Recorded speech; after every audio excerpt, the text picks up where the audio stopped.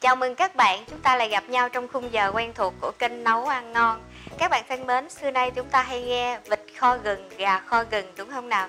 Hôm nay các bạn hãy cùng cô vào bếp làm thêm một món kho nữa, đó là món bò kho gừng các bạn nhé.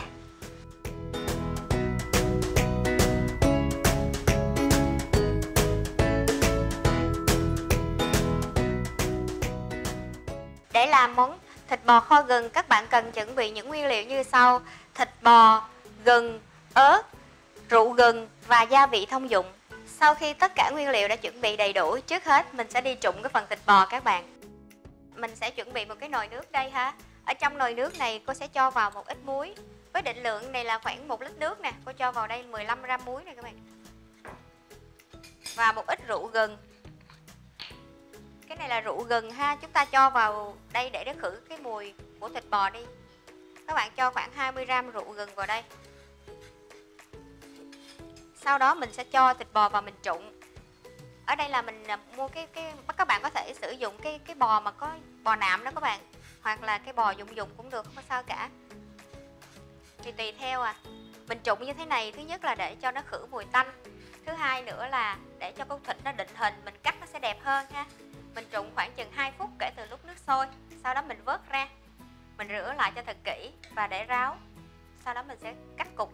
Rồi ở đây là phần thịt bò cô đã cắt ra như thế này ha. Và phần gừng mình sẽ cắt mỏng ra. Rồi chuẩn bị gia vị. Và cô ở đây cô chuẩn bị một cái nồi đất nè. Một cái nồi đất. Cô không có dùng phương pháp xào ha, để cho nó ra cái mỡ nó tự nhiên nó ra. Cô cho vào đây 300 ml nước nè. 300 ml nước ha. Rồi 5 gram muối, 20 gram bột nêm. Các bạn lưu ý là đối với cái món bò chúng ta không có dùng nước mắm ha, vì cái bò nó sẽ không có phù hợp cho cái vị nước mắm, mà chúng ta nên dùng bột nêm hoặc là muối. Cô dùng ở đây là 25 gram đường. Cô dùng cái đường vàng để cho nó hỗ trợ cái màu lên. Ở đây cô không có dùng caramel ha, mình dùng cái đường vàng để cho nó lên cái màu tự nhiên. Còn nếu mà bạn nào mà muốn lên cái màu caramel thì chúng ta có thể thay thế bằng nước màu. Và sau đó cô bỏ cái phần gừng này ở phía dưới. Cái phần gừng này mình cho phân nửa thôi các bạn. Sau khi mà nước nó sôi lên rồi, mình sẽ cho tiếp cái phần thịt bò này vô. Các bạn lưu ý là đối với những cái món cô dạy, cô ít có khi nào cô ướp lắm. Vì mình chỉ xử lý cái phần mình sơ chế là được rồi. Các bạn đừng có lo là nó không thấm ha, vì khi mà thịt thấm là khi nào có cái phần tỏa nhiệt lên, cái phần tác động của nhiệt nó mới thấm được. Cái phần gừng còn lại các bạn bỏ trên mặt ha, để cho nó ra cái mùi thơm của gừng và nó thấm vô thịt. Sau đó mình sẽ nhỏ lửa lại. Khi nào gần ăn mình sẽ cho ớt vô. Đối với cái món này thì các bạn sẽ có thể nấu từ 15 đến 20 phút tùy theo cái chất lượng của bò. Các bạn cắt cái cục lớn hay cục nhỏ ha. Rồi mình sẽ nấu khoảng chừng 20 phút và với một cái lửa thật là nhỏ để cho bò đủ thời gian thấm gia vị và mềm.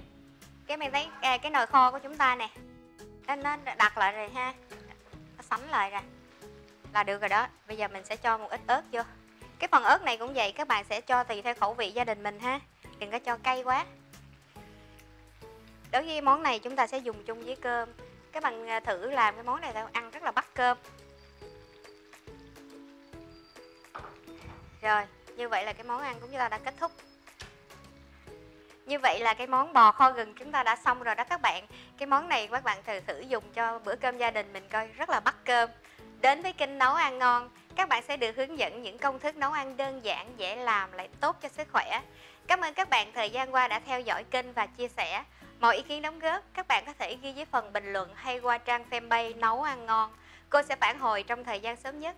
Hẹn gặp lại các bạn những chương trình sau. Xin chào.